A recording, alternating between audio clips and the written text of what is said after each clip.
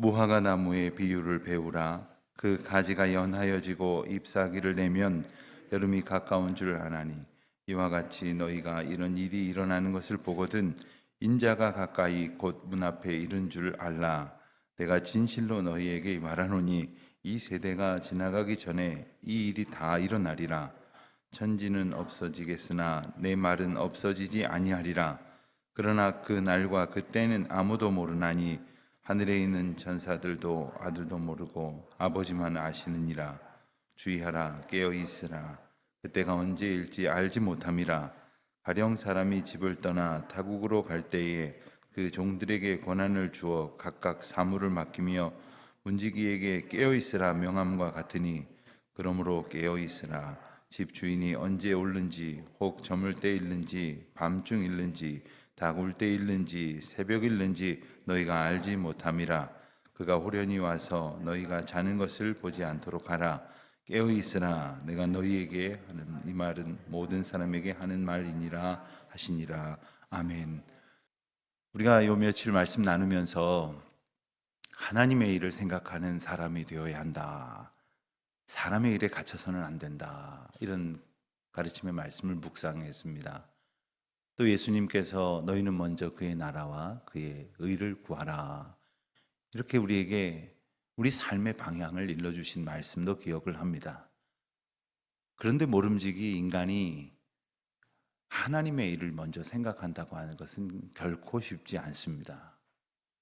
우리가 다른 사람을 위하며 섬기며 살아간다고 하더라도 결국엔 제살궁리하는 것이 인간 아닙니까?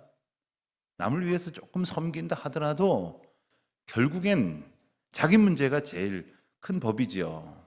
그래서 옆에 있는 사람이 암에 걸렸다고 하더라도 내 감기가 더 중하다, 이런 말을 하는 겁니다.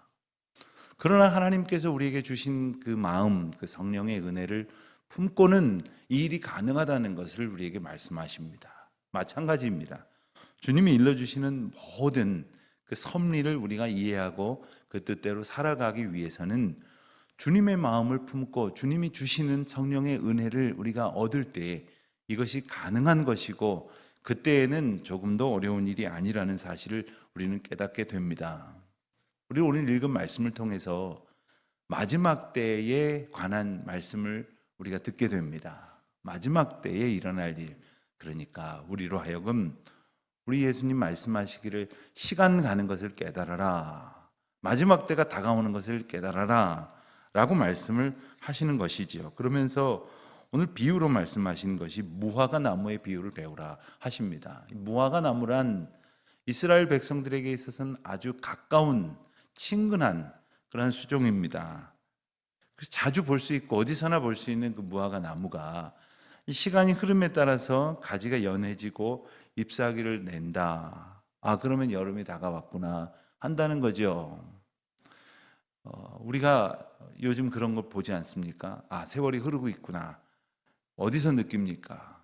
날씨가 따뜻해지고 또 길에 꽃이 피고, 그리고 보이지 않던 그러한 푸르름이 다시금 이렇게 샘솟는 것을 보면서 겨울이 멀리 지나갔구나, 이제 봄이 왔구나, 벌써 금방 더워지겠구나, 이런 생각을 하게 되지 않습니까? 그런데 오늘 말씀은 29절에 나오는 대로 이와 같이 너희가 이런 일이 일어나는 것을 보거든 하시면서 단지 무화과 나무에서 잎이 솟고 그리고 가지가 연하여지는 문제뿐만 아니라 말씀하시는 여러 가지 일들이 일어날 것이라고 예고해 주십니다. 여기서 말씀하시는 이런 일이라고 하는 것은 넓게는 13장 앞부분에 나오는 이야기 전체를 받고 있는 겁니다.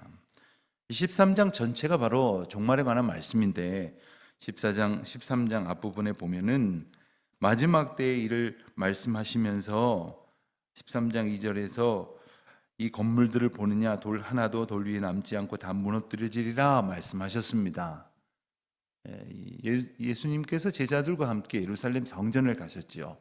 이 예루살렘 성전은 통산 세 번째 지어진 성전으로 헤롯 왕이 유대인의 마음을, 그 환심을 사기 위해서 아주 웅장하게 지은 성전입니다. 제자들이 보면서 감탄을 하고 있었거든요. 예수님께서 이거 다 무너질 것이다 이렇게 말씀을 하세요.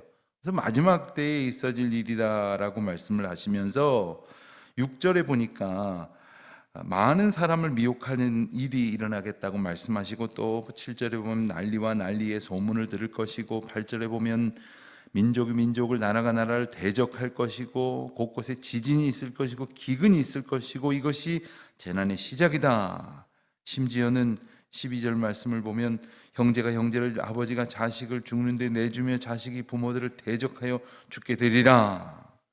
이런 일들이 마지막 때에 벌어질 것이다 말씀을 하시는 거예요. 세월이 흐르는 것을 깨달아라, 또 마지막 날이 다가오는 것을 깨달으라 하시는 말씀을 주시는 것이죠. 오늘날 우리가 살아가는 세상을 보면서 예기치 못한 이 감염병으로 인하여 벌써 1년이 훨씬 넘어가도록 이런 세상을 살 줄이야 상상이나 했습니까?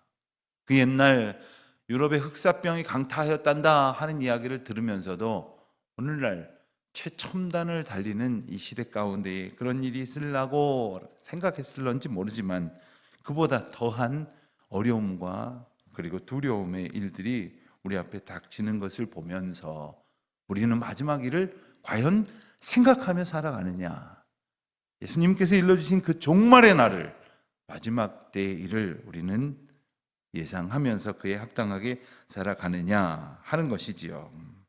그러면서 또 말씀하셨습니다. 30절 31절 말씀을 보면 이 세대가 지나가기 전에 이 일이 다 일어나리라. 천지는 없어지겠으나 내 말은 없어지지 아니하리라. 저 웅장한 예루살렘 성이 무너져 버리듯이 모든 것이 다 없어질지라도, 여러분, 우리에게 있어서 예루살렘 성전만큼 웅장한 것이 무엇이 있겠습니까? 저마다 어떤 이들은 지식을 쌓았을 것이에요. 어떤 이들은 명예를 쌓았을 것입니다. 또 어떤 이들은 재물을 쌓았을 것이에요. 세상 사람들 부러워하는 인생의 공든탑을 쌓는 것 또한 주님이 다시 오셔서 주님의 뜻과 주님의 방법으로 결산하실 때에 하나도 소용없는 거예요. 그러나 그것이 하나님의 은혜 가운데 있음을 알고 살아가는 사람들의 삶은 어떠해야 하는지를 오늘 우리는 이 본문 말씀을 통해서 우리가 알게 되어지는 것입니다. 그러므로 깨어 있으라 말씀하셨어요. 그러므로 깨어 있으라. 자, 오늘 굉장히 중요한 말씀을 하십니다. 천지는 없어지겠지만 내 말은 없어지지 아니하리라. 그렇습니다. 하나님의 말씀. 그래서 요한은 고백을 하기를 태초에 말씀이 계시니라. 그 말씀은 하나님과 함께 계셨고 그 말씀은 곧 우리에게 선포된 처음이요 마지막이라고 말씀하셨어요. 그래서 태초부터 있었던 그 하나님의 말씀, 그 말씀이 모든 것이 없어진 뒤에도 남아있을 유일한 하나님의 권능이라 하시는 것이죠. 자, 그렇다면 우리는 과연 어떻게 살아가야 할 것인가 하는 겁니다. 33절에 보면 주의하여 깨어있으라 하셨어요. 주의하여 깨어있으라. 무슨 뜻일까요? 이 시간에 교회 나와서 깨어있으면 합격이고 집에서 쿨쿨 자면 불합격입니까? 그런데 이 비유의 말씀이 무슨 뜻인지를 또 알게 해주시기 위해서 또 한 가지의 이야기를 예수님께서는 제자들에게 들려주십니다. 13장 34절을 보니까요, 예를 들어 말씀하신 내용은 이렇습니다. 가령 사람이 집을 떠나 타국으로 갈 때에 그 종들에게 권한을 주어 각각 사물을 맡기며 문지기에게 깨어 있으라 명함과 같으니. 그렇습니다. 이 이야기와 같다는 거예요. 이야기를 잘 이해하면 예수님께서 말씀하신 그 메시지를 우리가 잘 이해할 수 있다는 거죠. 자, 어떤 사람이 집을 떠나서 타국으로 가게 되었습니다. 종들에게 일을 맡겼어요. 그런데 여기 나온 표현을 보면 그 종들에게 권한을 주어 각각 사물을 맡겼다. 이 사무라는 말은 각각에게 부여한 할 일이라는 뜻이고요. 여기서 권한이라는 말은 권능이라는 뜻입니다. 엑수시아라고 하는 원어가 사용되었는데 이 말은 능력이라는 뜻이에요. 신약 성경에 정말 보기만 해도 힘이 나는 단어가 바로 이 엑수시아, 하나님께서 주시는 능력입니다. 그러니까 일을 맡기시고 잠도 자지 말라 하셨네 이렇게 생각할지 모르지만 우리가 이 일을 감당할 수 있는 능력도 주셨다고 하는 것, 때로 우리가 이 사명 앞에서 얼마나 두렵습니까? 얼마나 부담스럽습니까? 그래서 교회에서도 이 일을 좀 맡아 섬겨주시겠습니까? 하면 많은 분들이 못하겠다고 그래요. 하나님께서 내게 주시는 그 권능을 외면하고 있는 거예요. 그리고 하나님께서 내게 맡겨주신 그 은혜를 잊고 있는 거예요. 주님께서 우리에게 사물을 맡겨주실 때 그 권한도, 그 권능도, 그 능력도 함께 주신다는 사실을 우리는 기억해야 할 것이겠습니다. 그런데 그 일을 하면서 어떻게 살아가야 하느냐? 주의하여 깨어 있으라 하셨어요. 주의하여 깨어 있으라. 사실 이 깨어 있으라는 말을 그 액면 그대로 받아들이면 이것은 불가능한 일입니다. 여러분 잠 안 자고 얼마나 버텨보셨습니까? 가장 심각하고 가장 치명적인 고문 방법 중에 하나가 잠을 재우지 않는 거라고 하지 않습니까? 잠을 안 자고 어떻게 버팁니까? 하루도 아마 버티기 힘드신 분들이 많이 계실 거예요. 그런데 이 깨어있으라는 말은 지금 단지 눈 붙이고 눕지 말라 이 말씀이 아니죠. 주신 그 사무, 그 사명을 기억하며 그 권능을 힘입어서 그 일을 감당하는 삶을 살아가라 하신 것입니다. 자, 주인이 종들에게 일을 맡겼어요. 그리고 그 주인이 다시 오겠다고 약속을 했어요. 그렇다면 그 종들이 그 주인의 말을 기억한다면 그 일을 열심히 감당할 것이고 언제까지요? 주인이 올 때까지 감당할 거예요. 그러나 이것을 잊어버렸거나 이것을 무시한다면 그 일을 감당하지 않을 겁니다. 그 맡겨진 일을 감당하며 살아가는 것, 바로 이것이 깨어있는 거예요. 이것이 깨어있는 삶의 모습인 것입니다. 근데 어느 때까지? 주인이 올 때까지. 주인이 올 때까지 주인이 우리에게 맡겨주신 일을 감당하는 삶을 살게 하시는 것이 하나님께서 마지막 때를 살아가는 우리에게 요구하시는 것이고, 자, 지금 표정들을 보니까 약간 답답해 하시는 것 같아요. 끝이 없는 것 같고. 그러나 하나님의 백성에게 있어서 가장 큰 평안과 가장 큰 기쁨이 뭐냐면 주님이 맡겨주신 일을 감당하며 살아갈 때가 가장 편하다는 거예요. 가장 자연스럽다는 거예요. 가장 하나님의 은혜 가운데 거하게 된다는 것이죠. 문제는 깨어있지 않고, 즉 그 일에 성실하지 않게 되는 그러한 인간의 악행이 있다는 거예요. 왜요? 사명을 받았잖아요. 권능도 받았잖아요. 그리고 주인이 올 때까지 이 일을 감당해야 된다는 것을 들었잖아요. 그런데 자기 마음에 그러고 싶지 않아요. 또 그 일에 열심을 내고 싶지 않고 내가 하고 싶은 일을 열심히 하려고 하는 거예요. 이게 하나님의 일을 생각하지 아니하고 사람의 일을 생각하는 것이지요. 교회도 마찬가지이고 가정도 마찬가지이고 나라도 마찬가지이고 민족도 마찬가지이고 국가 지도자들도 마찬가지예요. 해야 할 일이 있는데 하지 않아야 할 일을 하는 것은 이미 사명을 잃어버린 것이죠. 그런데 오늘 말씀의 핵심은 바로 그가 언제 올런지 알 수 없다 하는 말씀이에요. 주인이 언제 올지 알 수 없다는 거예요. 누구나 다 이 일을 알고 싶어 합니다. 하지만 곰곰이 생각해 보면 그 일을 아는 것이 결코 행복한 일은 아니라는 거예요. 이 일은 말씀드린 것처럼 종말에 관한 일이에요. 마지막에 관한 일이에요. 인생의 마지막 때를 혹시 알고 싶으십니까? 호기심에 나는 몇 살까지나 살까, 언제까지 살게 될까 하는 생각을 궁금하게 가질 수도 있을지 모르겠지만 통계를 내보니까 3% 정도만 알고 싶어하고 97%는 생각해 보니까 모르는 게 낫겠다. 내가 언제 죽을지 모르는 게 낫겠다. 이렇게들 생각한대요. 그 나이를 먹어가면서 그 퍼센테이지가 높아진다는 거예요. 여러분 나이를 먹으면서 그만큼의 지혜는 생기는 것 같아요. 여러분 마지막 때를 알면, 즉 시한부라는 인생을 살면 그 날짜 하나 꼽는 것이 재미있을까? 그것이 삶을 윤택하고 풍요롭게 하겠습니까? 어쩌면 하나님께서 우리에게 주신 가장 큰 은혜는 바로 이것이에요. 때와 기한을 우리가 알지 못하는 것. 그렇기 때문에 오늘 우리가 열심히 살아갈 수 있게 하신 것이고, 그리고 마르지 아니하는 끝없는 하나님의 권능을 우리에게 주셨다는 것이지요. 우리가 동시에 기억해야 할 것이 하나 있습니다. 종이 주인이 떠나면서 받은 일이 있다는 거예요. 맡은 일이 있다는 거예요. 그것은 이 땅에서 어떤 직업이나 어떤 책무를 얘기하는 것이 아닙니다. 이것은 어떤 삶의 자세, 어떤 삶의 기조를 이야기하는 거예요. 그래서 예수님께서는 우리에게 주신, 모두에게 주신 공통의 사명을 우리가 기억하게 되는데, 그것이 바로 무엇입니까? 마지막에 이제 승천하시면서 사도행전 1장 8절에 그렇게 명령하셨죠. 오직 성령이 너희에게 임하시면 너희가, 여기서도 나와요, 권능을 받고. 그렇습니다. 주님 우리에게 능력도 없는 사람한테 일을 그냥 무겁게 시키셔갖고 괴롭게 하시는 분이 결코 아니라는 거예요. 권능을 받고 예루살렘과 온 유대와 사마리아와 땅끝까지 이르러 내 증인이 되리라. 그렇습니다. 예수님이 우리에게 맡기신 그 일은 증인으로 살아가는 거예요. 증인으로 살아가는 거예요. 사랑하는 성도 여러분, 우리는 오늘날 어떻게 살아가고 있습니까?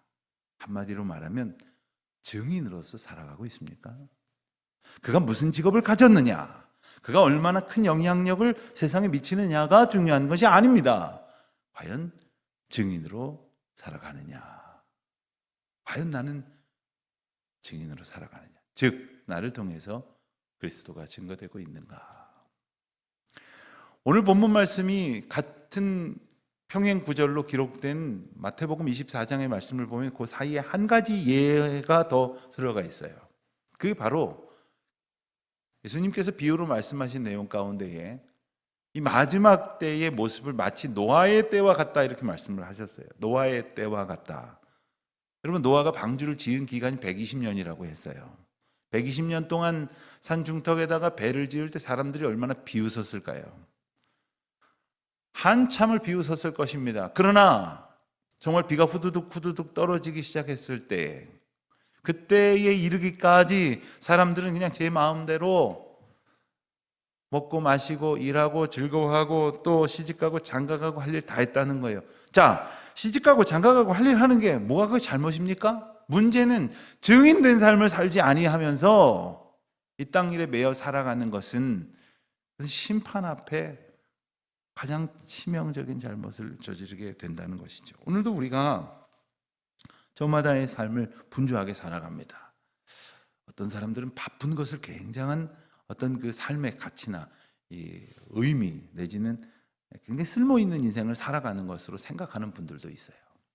어떤 분들은 많은 일을 하면, 많은 결과를 얻으면 그런 것이라고 생각이 들지 모르지만, 우리 오늘 이 말씀을 붙들면서 함께 기억해야 합니다. 우리는 과연 증인으로 살아가는가?